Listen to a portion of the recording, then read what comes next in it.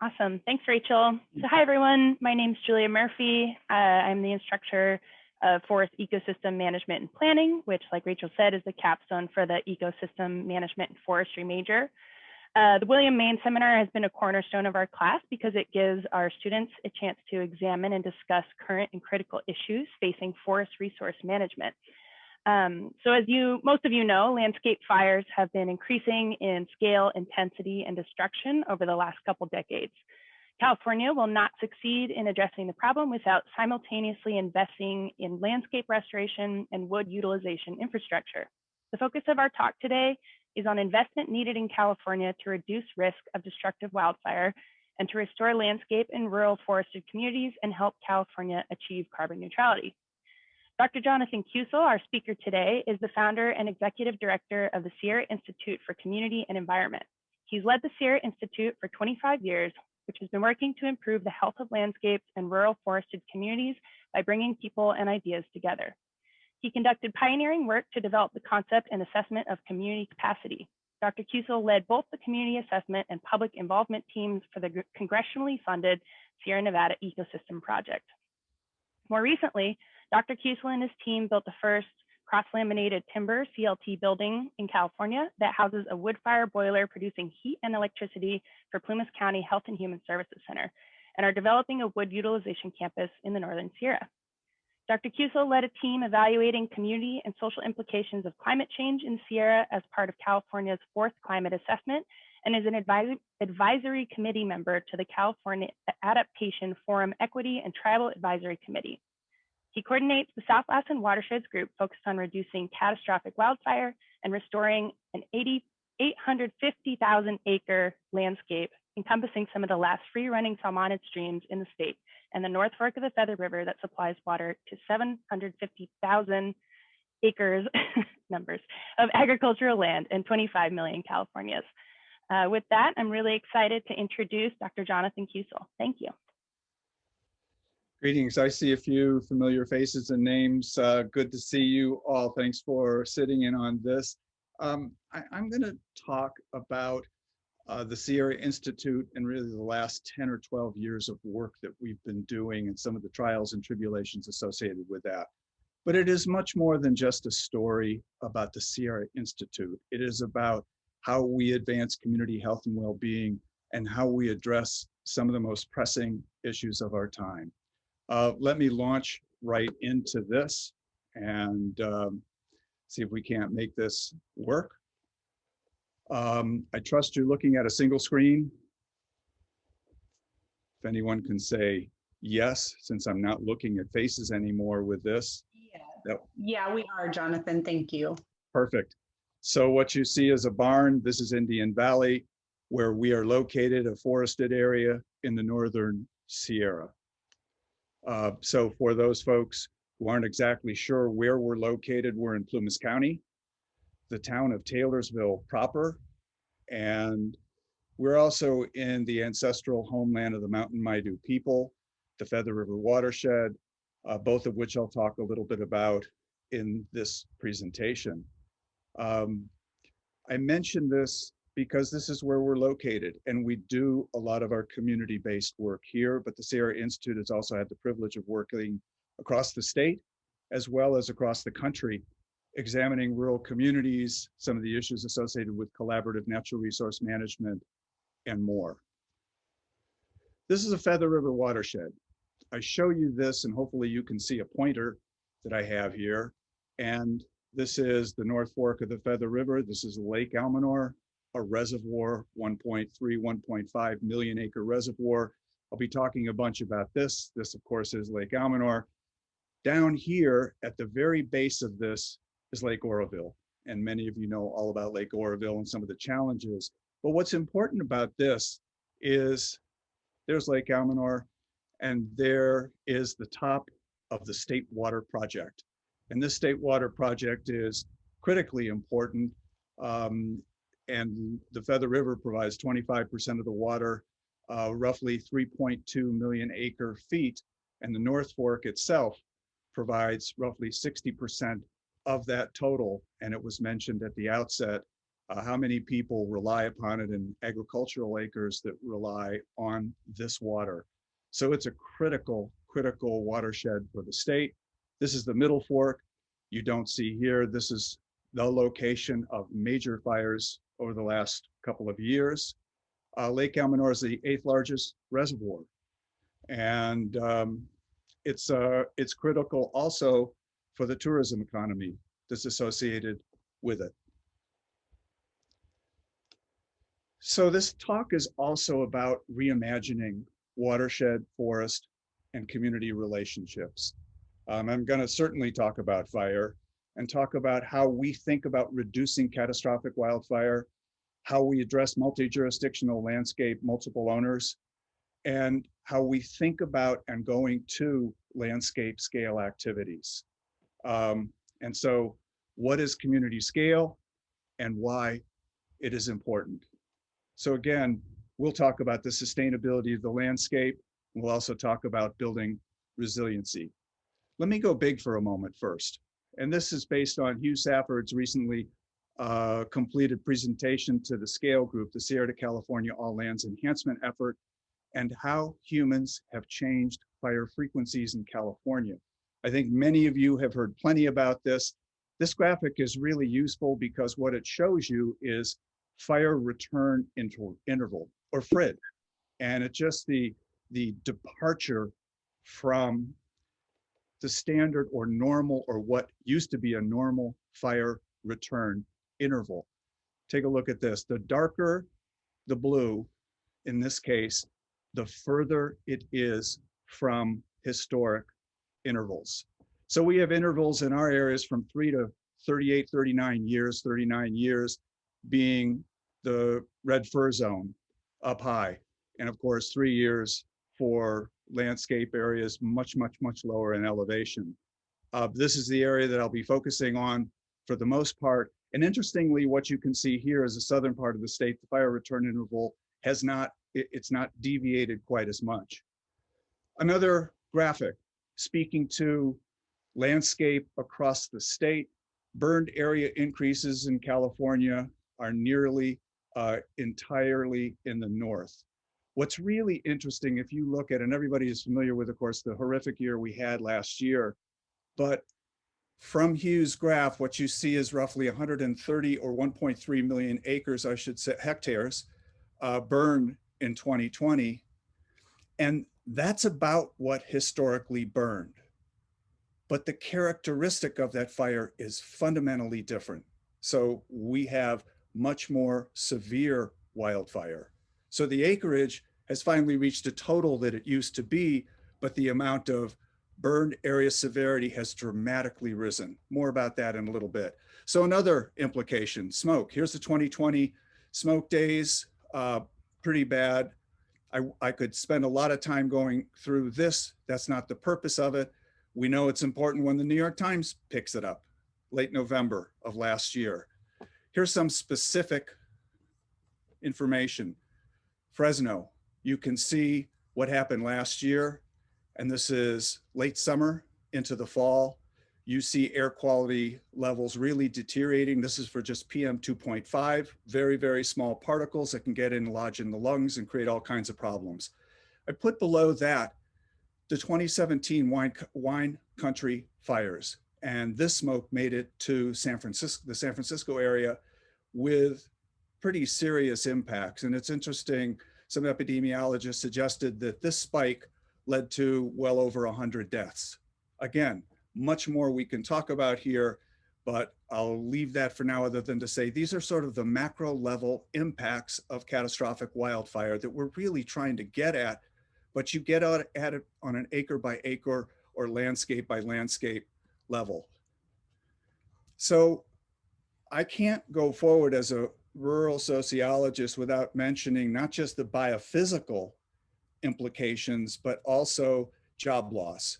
Just in 2020, we see the federal job loss of almost 4%, state and local job loss. These are categories of workers. So federal workers, there were close to 4%, state and local 8%. And by the way, this is for the greater Sierra Nevada region, 25 counties.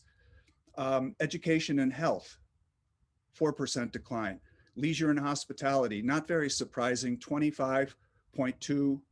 And what you see, this arrow is the 5 largest counties actually average closer to 35%. And this was interesting to me in that we see also a decline in manufacturing. And on average, a decline of 13%. The highest 5 lost closer, a little over 16%. And it makes one wonder what happened to those jobs. So just to return to that, I think that we will see most of the leisure and hospitality jobs returning and returning fairly quickly. But the manufacturing jobs raise a much bigger question about where those jobs went and what are the implications for bringing them back, or can we bring them back relatively easily? And I think easily we know the answer to, but there are opportunities in terms of approaching fire restoration and wood utilization that can bring a number of these jobs back.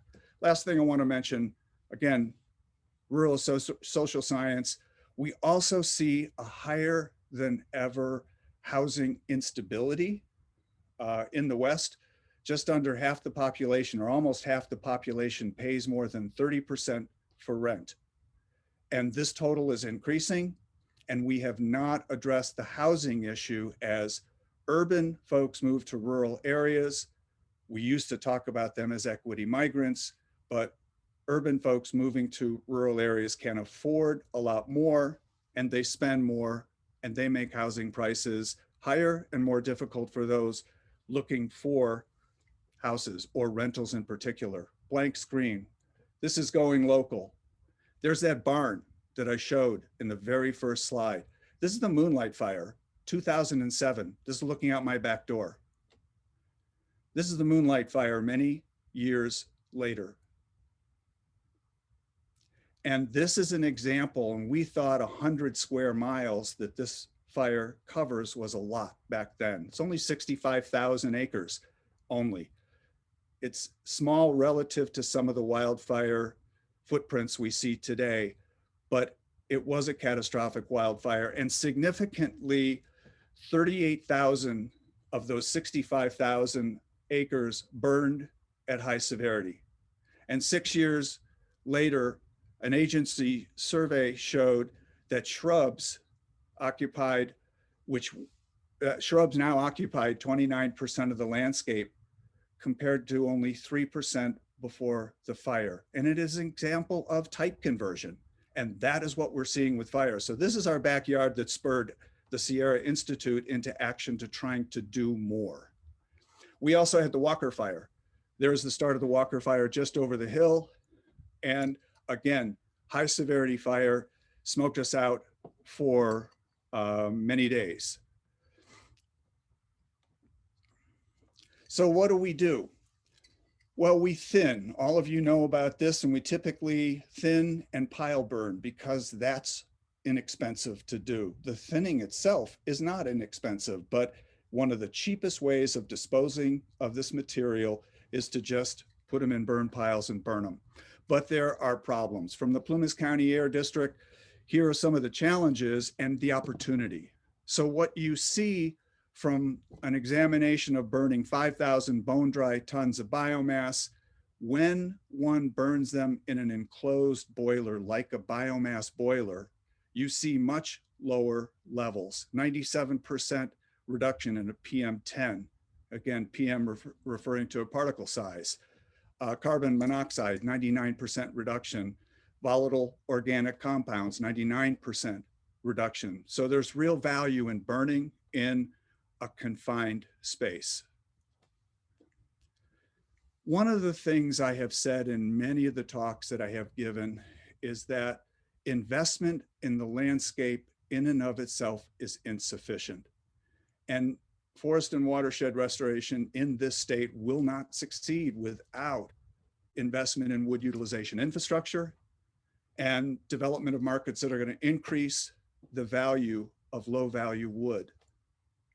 So the fires that you saw, the Moonlight Fire in particular, led us to launch an effort creating a Plumas County Biomass Energy Network.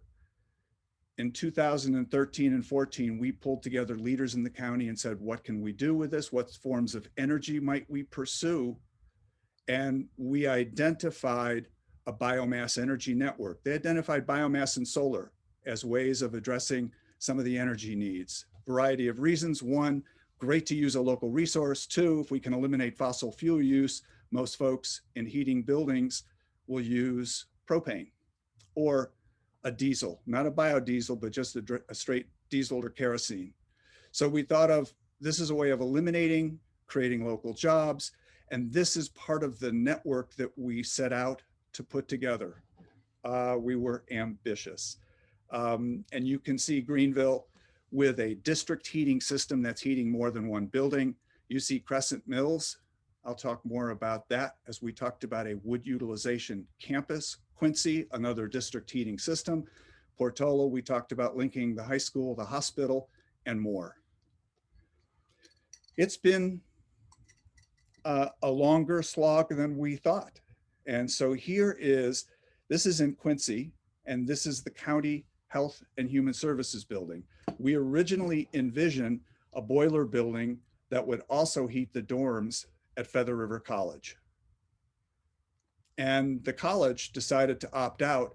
So we were left with heating a 55,000 square foot building with money from the California Energy Commission.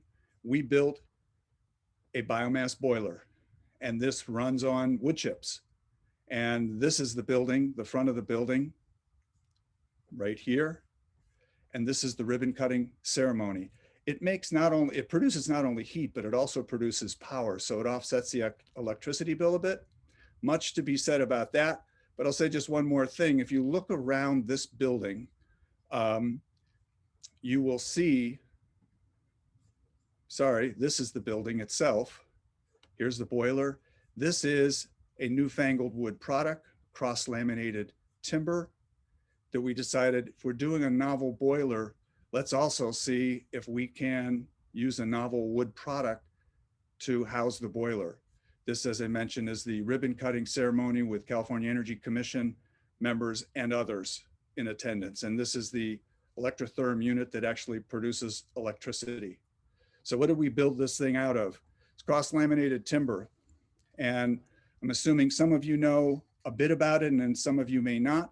And what you see here is that there are boards that run vertically and there are boards that run horizontally.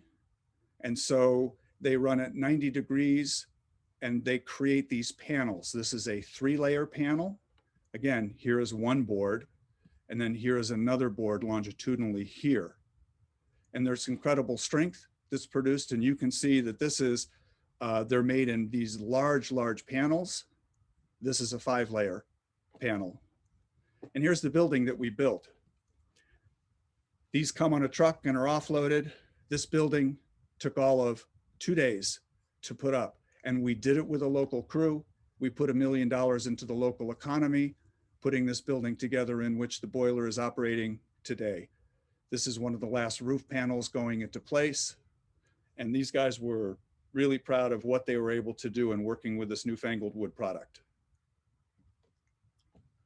You are going to see many more buildings in California being constructed out of cross-laminated timber in the future.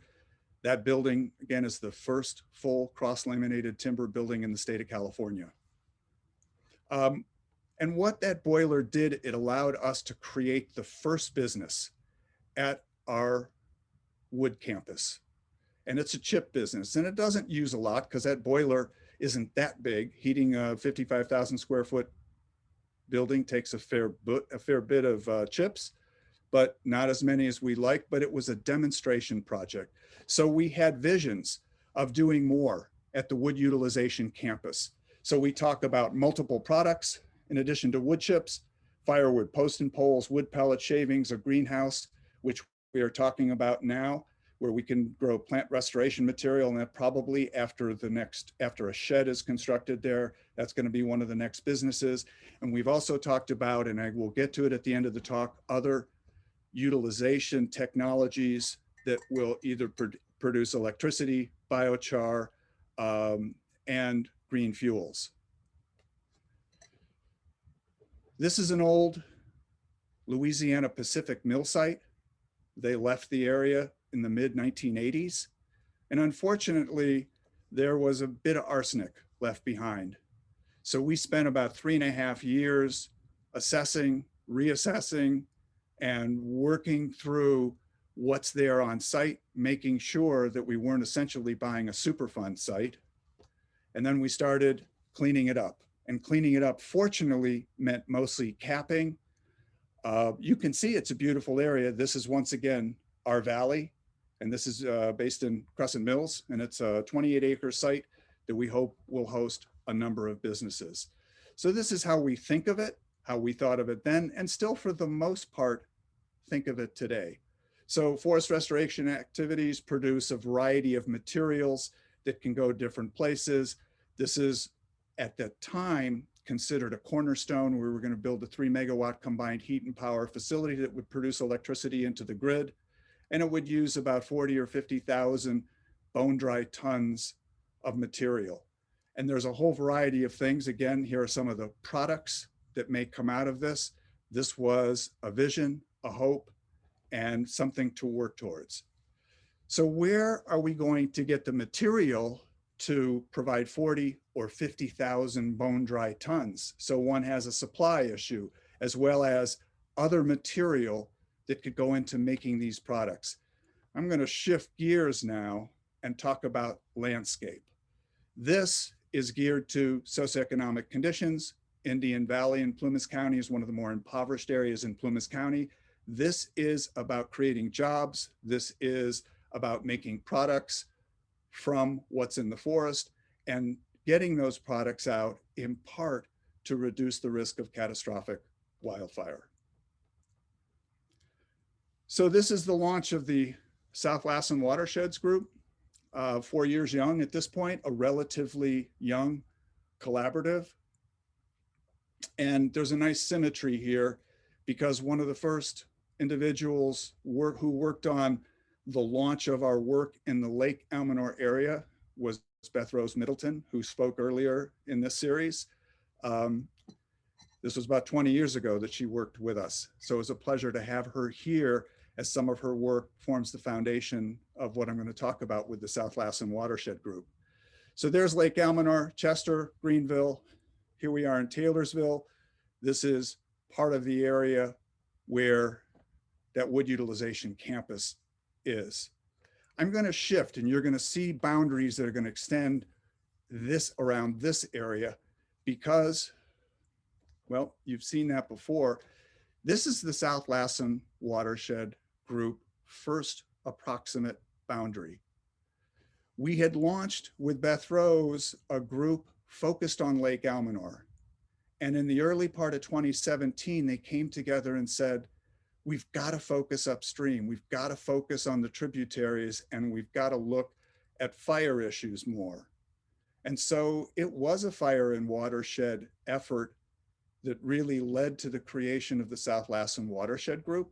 You've no doubt heard of collaborative groups and collaborative landscape groups, and this has grown into one of the most robust groups.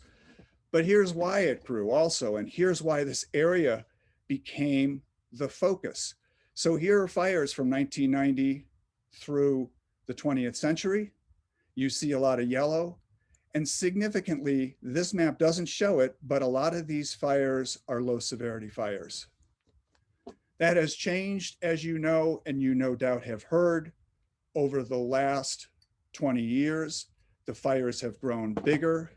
This area, of course, Paradise, Magalia, and this is the Bear Fire, North Complex, Claremont Fire that all came together last year. This is a couple of other major fires, including the Moonlight Fire. But take a look. What you don't see are major fires. This was a major fire in terms of extent, but it wasn't a lot of high severity fire. So that interval of departure, we have areas, I was speaking to an ecologist from Lassen Volcanic National Park just the other day. We have areas that are 170 years departed from in a fire return interval. So this area is a focus because there's a lot of work that needs to be done, because suppression has been the order of the day, and preventing fires, which means there's an extensive buildup of material in the forests. So who's involved in the South Lassen Watershed Group? A variety of players. This is the Park Service, Lassen Volcanic National Park. A lot of this is Forest Service land. There's some mix. And California Department of Fish and Wildlife and others. This is a lot of private land. And I'll talk about acreage in a little bit, but this is that boundary. Note it's changed a little more on boundaries in a moment.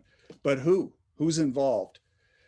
I'm not going to go through the names on this list, but I will say the names in green are federal and state agencies, in white, local agencies, in orange, environmental organizations, pinkish, industrial and commercial companies. I think there's roughly 26 in this list, and these are the regular participants in the South Lassen Watershed Group.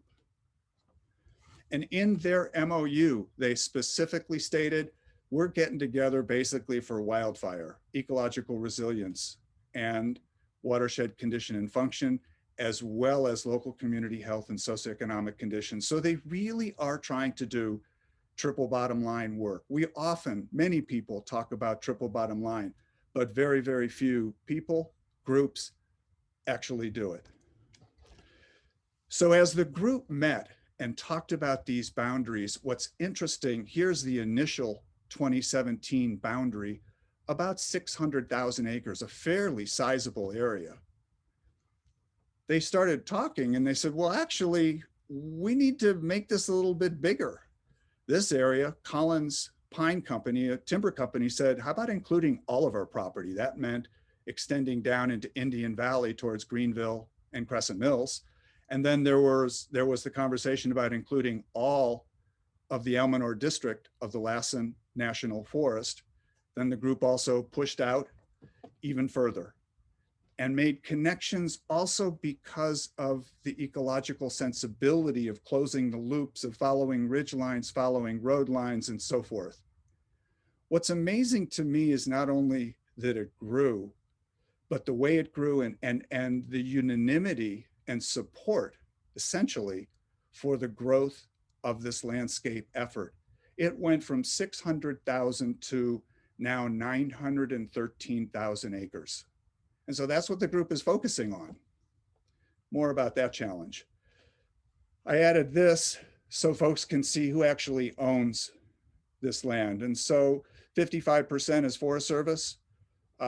Private land's about 38%. And that includes Sierra Pacific Industry, Collins Pine, and others.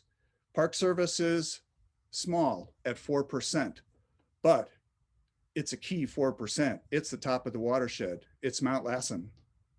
And then there are others, including the Maidu people and the Summit Consortium in particular that has acquired land from PG&E, along with, of course, Pacific Gas and Electric lands. So how do you take on issues? It's project by project. And that's what we have done.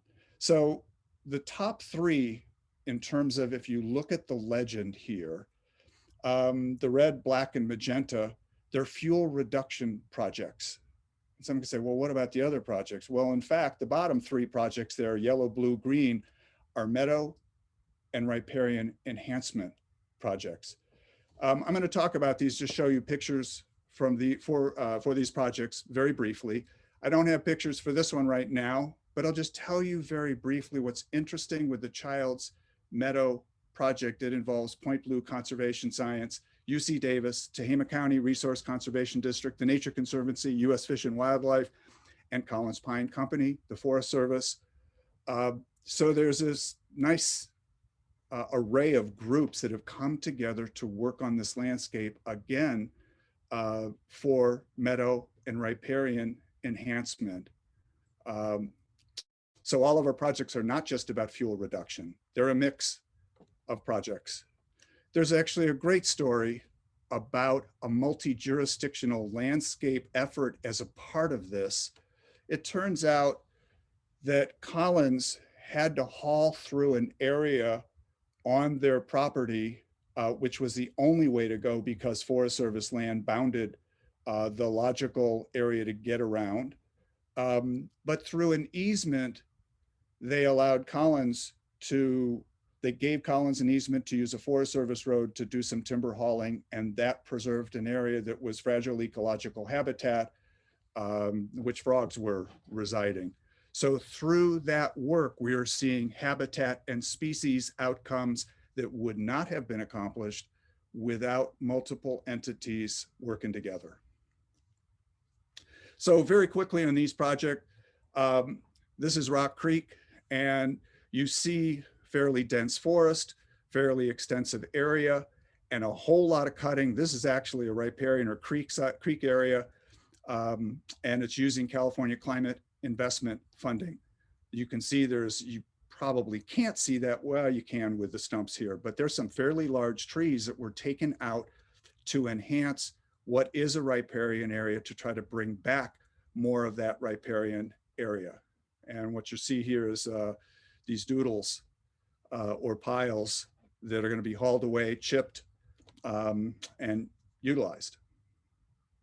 Robbers Creek, again, mix of partners, but Point Blue Conservation Science leading this effort, meadow and aspen enhancement. Remember, we're talking fireshed, watershed. One of my favorites, Sierra Institute hired this Sawyer crew along with specialists where we are conducting NEPA work on a variety of these areas to allow projects to go forward because the Forest Service or others do not have the capacity of staff to do all the work that we need to have done. Never did I think that the Sierra Institute would be hiring a NEPA crew, but we have one and we're working very closely with the Forest Service. In this case, nor did I think we would be hiring a Sawyer crew, particularly doing hand sawing, but this allows them to go into wilderness areas, and they are taking down material in wilderness areas to enable, or I should say, to safely enable the Park Service to put fire back on the landscape. And they're working in a couple of areas to do that work, and in fact won the award in 2019 as top group partner of the U.S. Park Service across the country.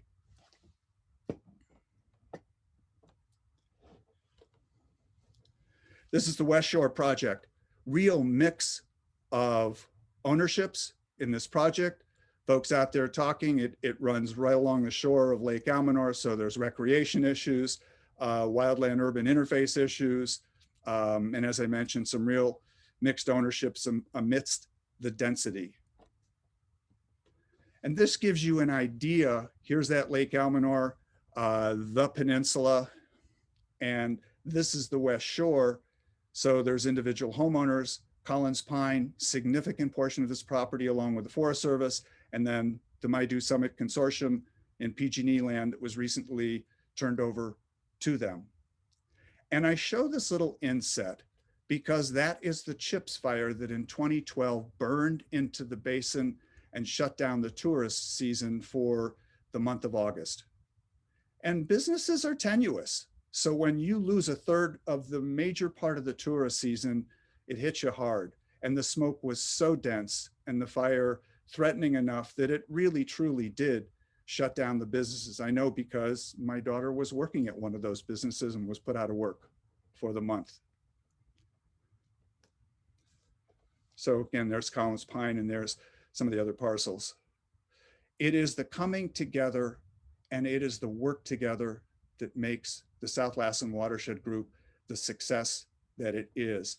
It is also the incredible thoughtfulness that goes into planning and thinking about the future of landscape work.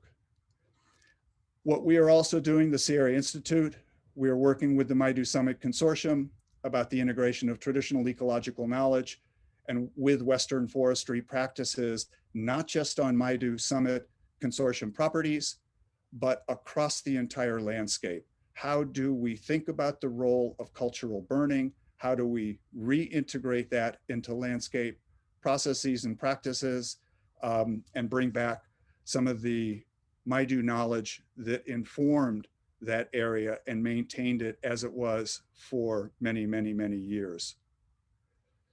So this is some of those projects. You can see added this, a large planning area that partners to the south are involved with.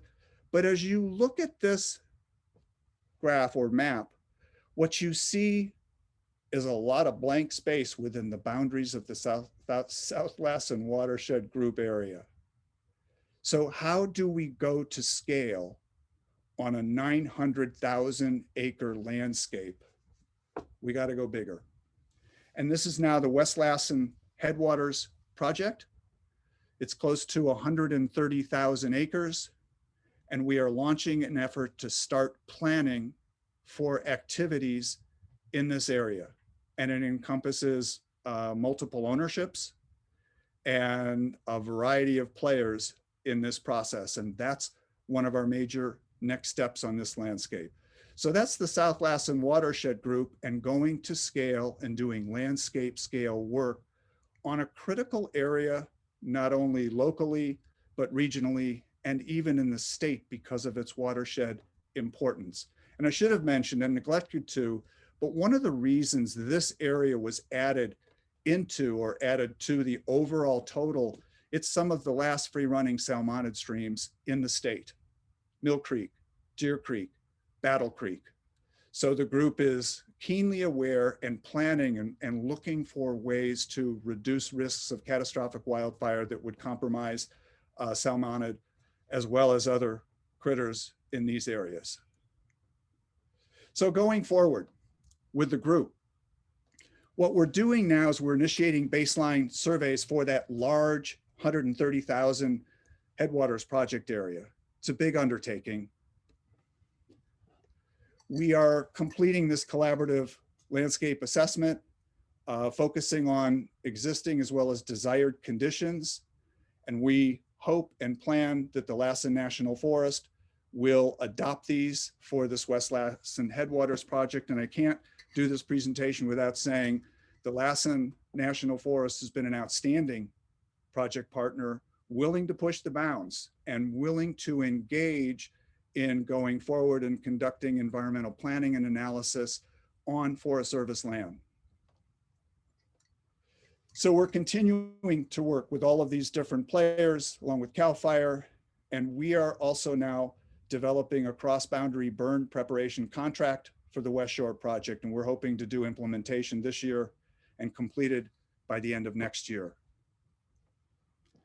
And then also, as I mentioned, continuing to advance work with the MIDO Summit Consortium to integrate TEK into the Forest Service standards and guidelines. And lastly, a rather novel kind of an approach, which is we want to remove some product and we want to take the sales of those products and reinvest receipts on at least one sale in Robbers Creek area and the West Shore project. And the reason for doing that is we have to figure out how we can do the work, derive income that can go back into more planning and more work. So this is about developing criteria for pooling and spending retained receipts on federal as well as private land, because this is to create that conveyor belt of projects. Remember I said, when we talk about 40 or 50,000 bone dry tons in Crescent Mills at that campus, we have to make sure that there are consistent supplies, or the businesses are not going to invest. They're not going to come. So this is about developing a sustainable program of projects, products, funding, and work. Similarly, just as we have hired an environmental analysis crew or NEPA crew, we have to make sure that they can move on to the next project, that they're not standing around waiting for the next contract. So it is about sustainable product and flows and sustainable work. Last couple of points in this presentation. There are very few things that I actually read, but we need to work at community scale to assure that our aspirations and work don't outrun what is ecologically sound. And simultaneously contributes to the improvement of local jobs and community betterment. This is triple bottom line work. So to go back to our wood utilization campus, instead of just thinking about burning wood, bringing wood in and burning it and creating electricity, are there other things that we can do with it? And colleagues at Lawrence Livermore National Lab produced this information in the early part of 2020, very significant. And one of the most significant things for our purposes coming out of it is when you look at the red part of this, this is forest management and biomass. So too, sawmill residue, shrub and chaparral. These are biomass feedstock, and their utilization can go a long way in helping California become carbon neutral by 2045. But what do you do with these products? Is it just burning it and making electricity? This is part of our next sort of foray into the technology, whether we're going to be taking biomass and trying to make hydrogen or bio-oil or some other green fuel. This is the future. We collectively are going to be seeing many of these plants. There's a lot of discussion when we think of what the state is investing in, when we think of what the Biden infrastructure package might contribute to. This is the next wave of wood utilization. Our challenge, in my mind, one of our challenges to advance this at community scale. So we're not creating mega problems in single areas with massive facilities. Can we do that? It is my feeling that when we link landscape restoration and community scale economic development, they are mutually reinforcing and protective. They offer significant opportunities to do good by the land as well as to do good and do well by community economic development.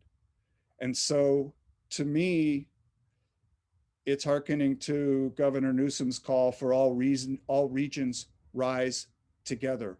There have been very few sustained efforts over the last 25 years to actually help rural forest communities thrive. It's also why, as a rural sociologist and scientist, I'll say this is an equity issue. It is an equity issue also for the opportunity to bring rural people, rural forest community folks into an arena which they can benefit and they can do well by the work and contribute to the overall state's well-being. Let me just be clear, when I mention community scale, I'm talking about medium to small facilities that are located in rural communities and amidst the forests from which material will be extracted. And equity means local communities and workers benefiting from living wage jobs. And as I mentioned a moment ago, this is triple bottom line work. And that's what we need to target. That's what we need to do, move forward. Equity also is about bringing tribal communities back into the work as workers and teachers of historic practices that resulted in much healthier forests than we have today. It isn't only about local that I'm talking about. It matters what we do. This is that Feather River watershed. This is where that water goes. Those lines are drawn to scale. 25 million people rely on this water. This is the stairway of power in the Feather River watershed. It is a major producer of hydropower in the state. And these are some of the fires that have been threatening that area over the last 20 years. So with that, let me say thank you. I look forward to the conversation. I look forward to the questions, and I appreciate the opportunity to speak to you all today. Excellent.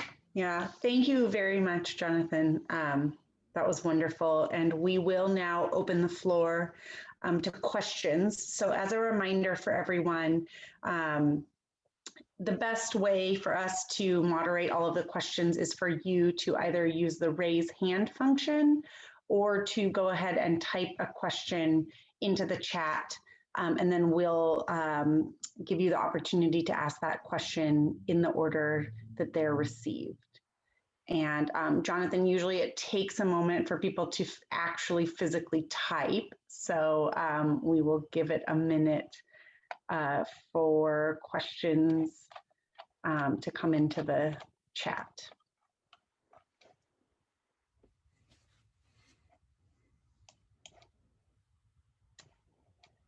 Although I can start us off with a question to give people time to catch up. Because I was, you know, as you spoke and talked about the many things that the Sierra Institute does to support rural communities and forestry, really as one. You know, I thought about what about all the other rural forest communities that don't have a Sierra Institute, and what I guess my question really is, you know, what is the reality for these types of communities in, you know, bringing a small biomass facility to their community, and what are some of the resources out there for them to tap into, you know, assuming that there's not a Sierra Institute there for them? There's multiple parts to that question. So the first, one of the things that we have done over the last 5 or 6 years, and perhaps I should have mentioned this actually in the conversation, is that we advanced a wood utilization facility. We advanced some of our efforts not only to provide local benefits, but also as demonstration projects. We thought of building the first bioenergy facility saying, okay, let's see if we can get a power purchase agreement with Pacific Gas and Electric, and we write up our lessons learned. I did not share, but we have a report on biomass that we put together as a result of our work with Humboldt State and on a state contract. So we share a lot of lessons learned. And for the last half dozen plus years, we have been the recipient of rural development, USDA rural development dollars, where we've been working with a variety of impoverished communities to help bring them along in the process. We continue to do that. The Sierra Nevada Conservancy also invested in us to do more of that work. So we're working with a variety of partners, and what they've asked us to do is to continue to build capacity throughout the greater Sierra Nevada region. So we reach out fairly far. We also respond to folks and their requests as they come in. There are others that are doing some of this work as well. And there is quite a number of folks who are advancing bioenergy facilities. And as I say, that's why we're going to see a number of them in different forms in the coming 2 and 3 years, actually. So many more lessons, many more groups beginning to work on this. So opportunities for less able communities to learn, but therein lies the challenge. When you are a lower capacity community, and by capacity, I mean simply the ability to take care of residents and deal with external and internal stressors, they don't often have the capability or that capacity to reach out as well. So that's part of reaching out to them. That's part of the assessment work that we do to try to understand those that need some assistance. So multi-pronged answer. I think I at least nibbled around the edges of your question and answering how we serve others. Definitely you did. Thank you, Jonathan. And our next question comes from Sarah Nelson in the chat. Sarah asks, she says, I'm interested in your perspective on contracting practices for forest restoration work on public lands, and whether and how contracting practices may need to change to prioritize local capture of economic benefits from forest restoration and to support sustainable local restoration economies. That was a long question. It's in the chat. I could also read it again. No, I read it really quickly, and I was going to say, I promise I didn't put Sarah Nelson up to that question because it's one we've been dealing with for some time. I love the question for multiple reasons. One, because, and I've got 2 answers to the question. We did a project working with the Forest Service to say, here's how you can actually change the award points on a contract. You can add points that rank higher someone who is based locally, based in a rural community, hires locally, or purchase products locally. Different ways of acquiring points. And we in fact proposed that to the Forest Service. AQM of Region 5, the Acquisition Management Division of the Forest Service, took a look at that and they weren't very happy. They did not see how they could justify that kind of point system. But if we gave up just because somebody said they didn't adopt what we thought was the right way to go, we wouldn't still be doing what we're doing. Although, we do have lumps on our head periodically from banging our head on the wall. So we proposed essentially a framing of how they could think about that. But what we are doing with the Forest Service now is we're actually putting some of the contracts together, and using California climate investment money, we are preferencing some folks in terms of who they might use. And one of our industrial partners was less thrilled when we said, if it's money that's coming through the Sierra Institute, we want the native crew hired. We'll pay the balance if they're getting up to speed. And that is that process of getting new crews, standing up new crews, and standing up native crews. So there's different ways of getting at that. I wouldn't for the moment suggest that it's easy. There's a fair bit of work to be done with the federal government, because of course there's folks who will push back and say, we want the lowest price bidder. And in fact, we had a challenge with one of the privates saying, hey, we want to hire inmate crews. We're not opposed to hiring inmate crews, particularly if they're going to transition into doing work as they exit the criminal justice system. But what we want to make sure is that there's adequate training and that we can bring new crews along, and that they actually are local. And inmate crews aren't terribly local more often than not. So how do we do that? It's going to take a sustained effort from a lot of people to really make a difference and to continue pushing on that issue. How do we handle CEQA and NEPA permits? Do you want me to just run with that? Yes, thank you. We are having, by the way, before I end that, I'm happy to share a paper that we proposed to the Forest Service that outlined that different point system. So I can share a link to that at some point. I don't have it handy right now. CEQA NEPA.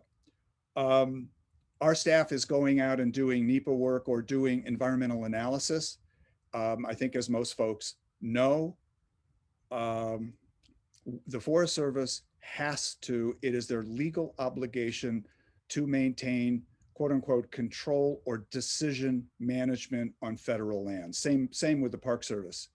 But that doesn't mean that they can't engage and listen and so forth. And they are doing way more than listening.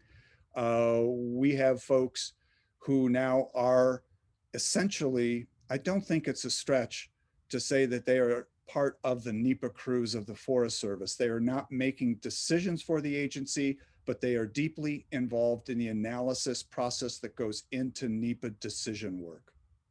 We also did something quite novel with the Almanor district of the Lassen National Forest, where we had a couple of Sierra Institute staffers interview and develop questionnaires for Forest Service folks, and so they could respond to how well this partnership is working.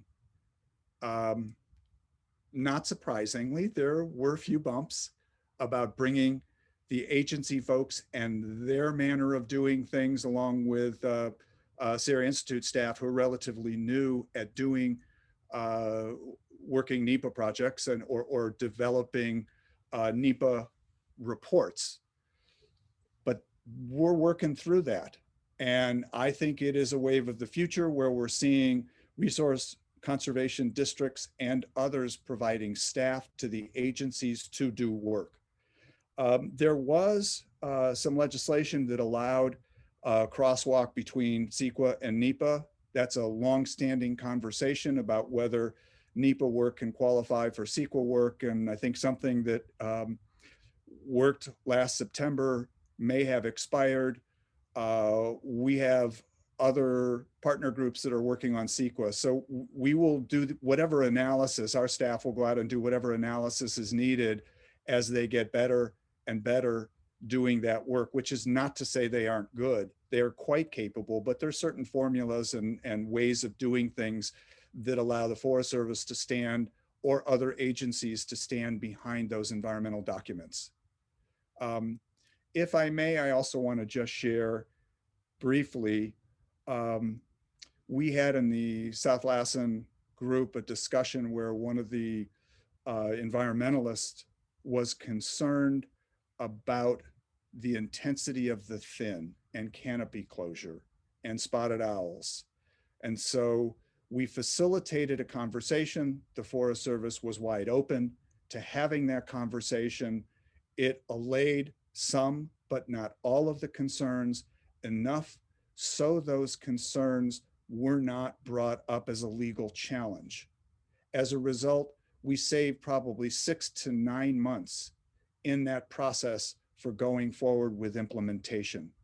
Now, let me say, our goal isn't just to run through everything and get it out there and done as fast as possible. It's really to resolve those issues. And this was an hour-and-a-half long conversation where there was a discussion of the issues, how they might be resolved, and the Forest Service acknowledging that perhaps they may have inartfully characterized some of the things, and they could do some improvement in how they characterize what was being done to better reflect the concerns that were being raised by the individual.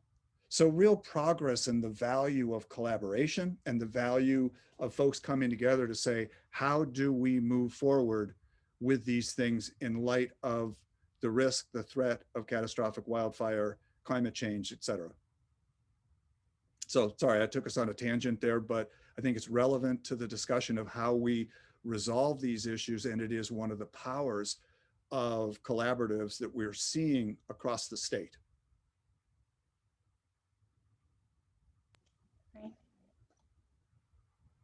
I am going to skip over Miriam's question because she is a student in the class and we may have time for that later, and ask you the next question from Chelsea. Can you share more about what the engagement with Indigenous tribes looks like? I belong to the Wintu tribe outside of Redding, and our people deeply understand how to manage controlled burns. I'm curious how far those efforts of engagement have gone. And Miriam, will come back to you. I appreciate the question. One, many years ago, the Sierra Institute opened our doors and said to local Mountain Maidu folks, here's an office, here's a phone, here's a computer, use it however you wish. And we opened our doors and supported their presence here for probably 2 or 3 years. They moved as across the valley to an area where a variety of tribes were located. I think I can safely say it had nothing to do with anything that went on with us, but a better centralizing of activities for them.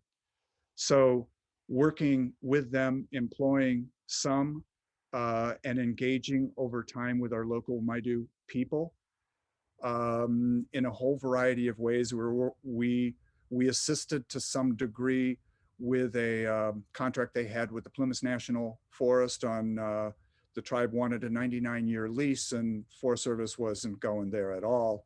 There was some contention about how they could practice and bring together traditional ecological knowledge and Western science on that parcel. We actually brought in a UC extension person to advance some of that work, but perhaps most significantly, the Sierra Institute just received a $1 million High Roads Training Partnership grant that's focused on bringing tribes back in and standing up tribal crews to do forest work and identifying training modules. There's about a half dozen tribes involved with that grant. It was no simple proposal to put together. Tribes include Big Sandy to the south, Hanalei, Washoe Tribe, the Calaveras Healthy Impact Product Solutions Group, CHIPS, has been working with a number of them over the years. This is a partnership with all of us and a group, the Intertribal Stewardship Workforce Initiative. A number of tribes are involved with us, the Mechoopda Maidu, So there are a variety of tribes with which we are working and trying to advance integration of TEK across the landscape.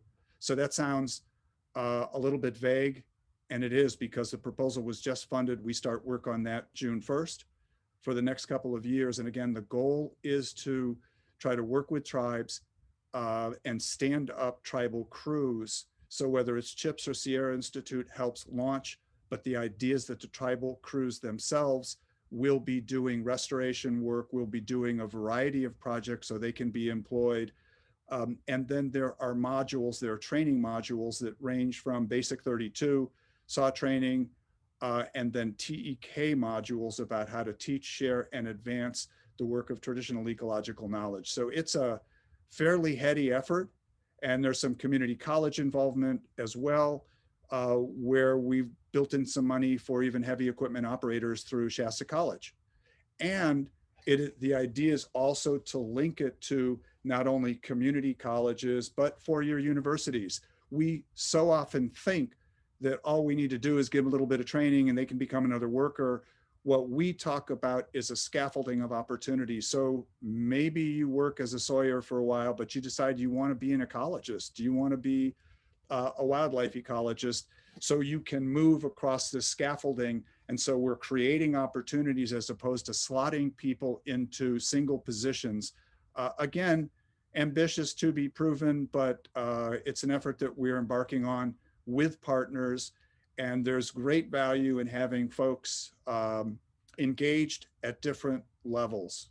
We also, having said that, our youngest crew now are 16 to 18-year-olds. We're bringing junior seniors mostly to what's called our P crew, our Plumas Conservation, Restoration, Education, and Watershed crew, P crew. And it is an educational 5-week program for which they get paid.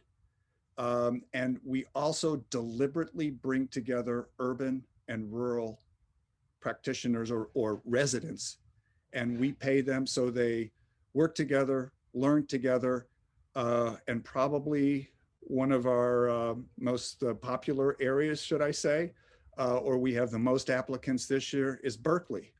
So we're working hard to keep our rural student population. There's just fewer of them. So, but there's incredible value in putting urban and rural youth together doing that work. And it's a service project. It teaches this group how to work. We have many, and we're tracking them. We're in year 7, and many of them have gone into resource programs at universities as well. So some directly into work in the woods, but most are going on to natural resource professions, forestry, and the like. Long-winded answer, sorry. Lots of stuff going on. Thank you, Jonathan. And Chelsea also says thank you and congrats on the grant in the messaging. I will, we are kind of— 1 second and yes. Just ask, please, if Chelsea, if there's opportunity to talk, if there's other, if there's ways that we can engage the Wintu tribe, certainly within the scope of activities, love to talk further. So sorry I didn't, and thank you for allowing me to interrupt you.